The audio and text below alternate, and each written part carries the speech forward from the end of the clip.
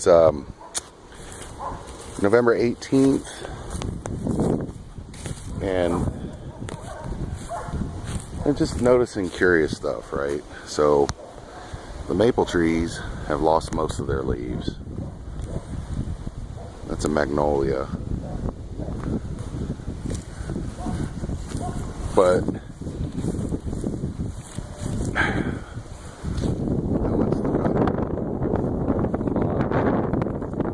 this probably sounds gonna be horrible because it's so windy. It's like 30-40 mile an hour gusts. But the weird thing, or the weirdest thing, is that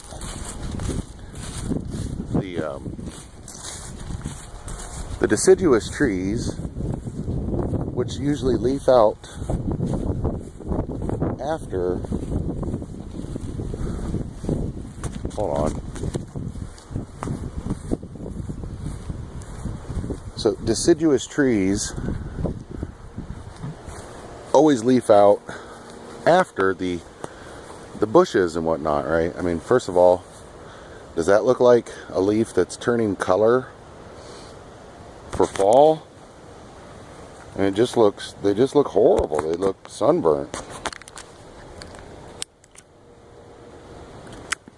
That's blackberry. What I'm trying to get at is all of the shrubs are still green. It's not like like this. That is Amherst honeysuckle, the invasive kind, right? So in the spring, these are the first things that green out, and they're in the fall, they're the first things that brown up, right? Because usually the overgrowth shades them out, so the undergrowth blooms out first, you know, to beat the competition for this when it leaves out in the spring. But the weirdest part is that this year they seem to be the last thing that's, I mean, they're like totally green.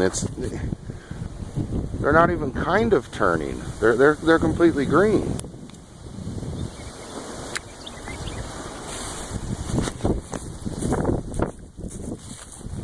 I want you to see something. This is a really weird. I hope this is coming through on sound, but check this out. This is a Bradford pear, right? And if anybody has ever seen a Bradford pear, look at the size. If I could get close, you could see. But look at the size of the freaking pears, man. They're supposed to be like cranberry size. Like a small berry. These are big enough where you could eat these.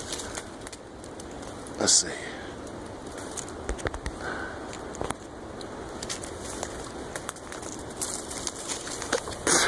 Oh, here's a good bunch. Look at this. That's not cranberry size. They're edible. They're not very sweet, but look at the size of those freaking Bradford pears, man.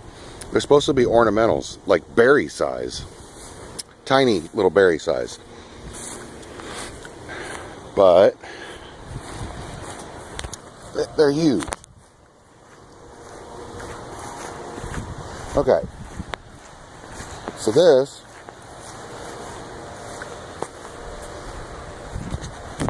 is like Russian olive. They're invasives. I don't mow back here.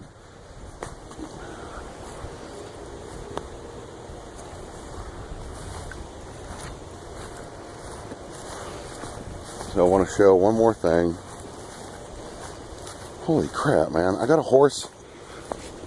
I've got a horse that comes onto my property every night from we don't know where, and just wanders around eating grass, and then he goes home every night, leaves his droppings.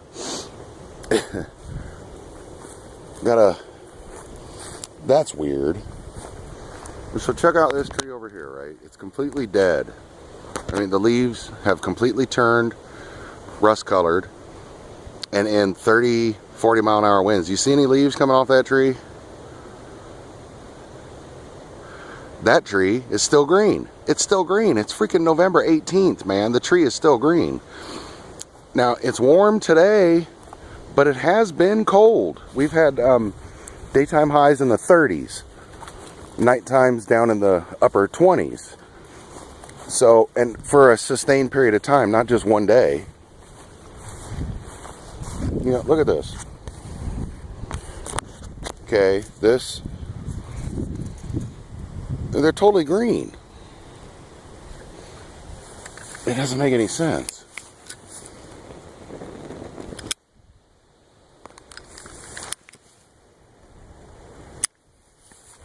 And you can see it's wet.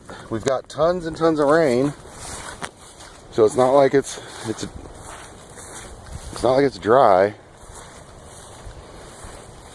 I'll tell you what's tripped me out is this horse that comes. Like, there's deer. I don't see them, but I see their tracks, so that's a good sign. Anyway, I mean, everything is just so far out of whack, it's not even funny. And I'm just showing you some things that are kind of obvious that they're off. It's really strange to me